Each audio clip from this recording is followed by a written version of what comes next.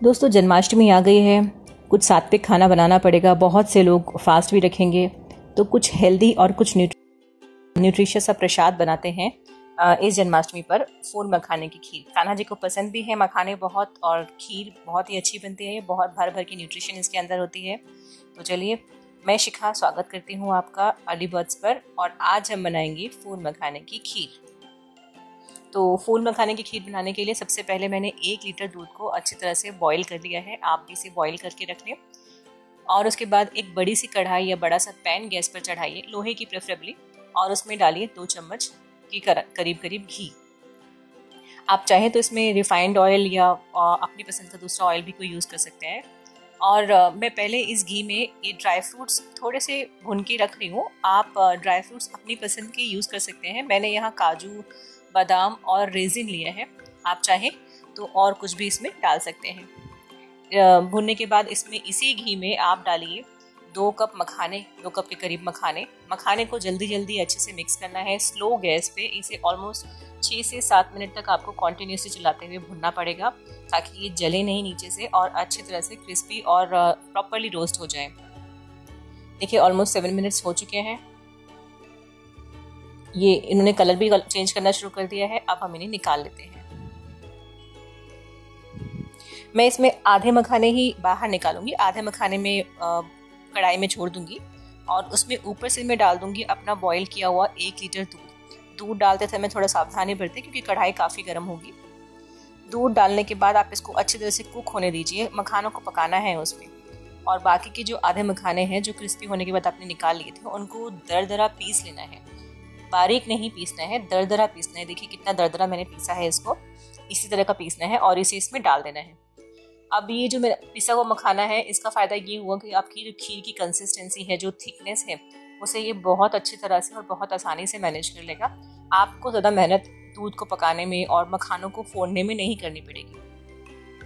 आप चाहे तो इसी स्टेज में ड्राई फ्रूट्स डाल दीजिए, या लास्ट में भी डालेंगे तो भी एक ही बात है। मैंने ये इसी स्टेज में डाल दिया है और दूध को पकने के लिए छोड़ दिया है, ताकि ये प्रॉपर थिकनेस या कंसिस्टेंसी में आ जाए। देखिए, दूध रिड्यूस होना शुरू हो गया है, बट अभी इसको और एक 10 मिनट तक पकाने की ज़रूरत है। अभी ये खीर प्रॉपर नहीं हुई है। देखिए, मखाने हम इस तरीके से फोड़ सकते हैं। इस समय पे हम मखानों को, अगर हमने दरदरा पीसा ना हो, तो इस तरीके से आसानी से इनको फोड़ा जा सकता है। ये बहुत आसानी से फूट जाएंगे, पर थोड़ी मेहनत लगेगी। उससे अच्छा है कि आप थोड़े मखाने दरदरे पीस के इसमें डाल दें। तो मिठास के लिए आप चाहें तो चीनी का यूज़ कर सकते हैं। मैंने 1 बॉल गुड़ निकाल के और उसमें थोड़ा सा पानी डाल के इसकी चाशनी बनाई है। चाशनी आप अच्छी तरह से बना लीजिए, बहुत थिक नहीं बनानी है चाशनी, बस गुड़ घुल जाए। उसके बाद 5 मिनट और उसको कुक करना है।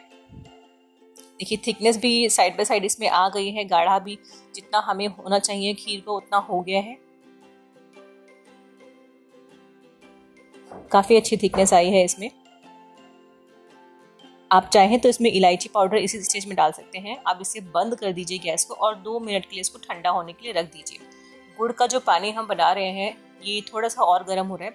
इसे हमें गैस को बंद करके, खीर के नीचे की गैस को बंद करके इसको थोड़ा ठंडा होने के बाद ही डालना है, अदरवाइज दूध कड़ल हो जाएगा और खीर आपकी ख़राब हो जाएगी। तो वो ध्यान ज़रूर रखिएगा, वो थोड़ा ठंडा हो जाए उसके बाद ही ये चाशनी, गुड़ की चाशनी इसमें डालिए। अब मैं डाल रही हूँ इसमें। गुड़ की चाशनी बिल्कुल ऑप्शनल है। आप चाहे तो इसमें शक्कर डाल के इसको पहले ही स्टेज में प्रॉपर कर सकते हैं, बट क्योंकि ये प्रसाद के लिए बन रही है, इसलिए मैं इसमें गुड़ डाल रही हूँ। रेडी है आपकी खीर। बहुत ही आसानी से, बहुत ही आराम से बन जाएगी। उपवास में जो चाहे वो खा सकते हैं इसे। इसमें कुछ भी ऐसा नहीं है जो आप फास्ट में नहीं खा सकते। और प्रसाद में ये नॉर्थ इंडिया की बहुत सी जगहों पर प्रसाद में मखाने की खीर चलती है। कान्हा जी को पसंद भी बहुत होती है। दोस्तों, ज़रूर बनाइए इस जन्माष्टमी मखाने की खीर, और बनाने के बाद मुझे कमेंट करके बताइए कि आपकी खीर कैसी बनी।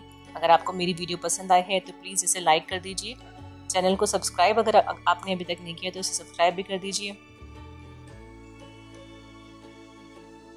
मिलती हूँ फिर आपसे और एक नई वीडियो के साथ। तब तक के लिए बाय बाय।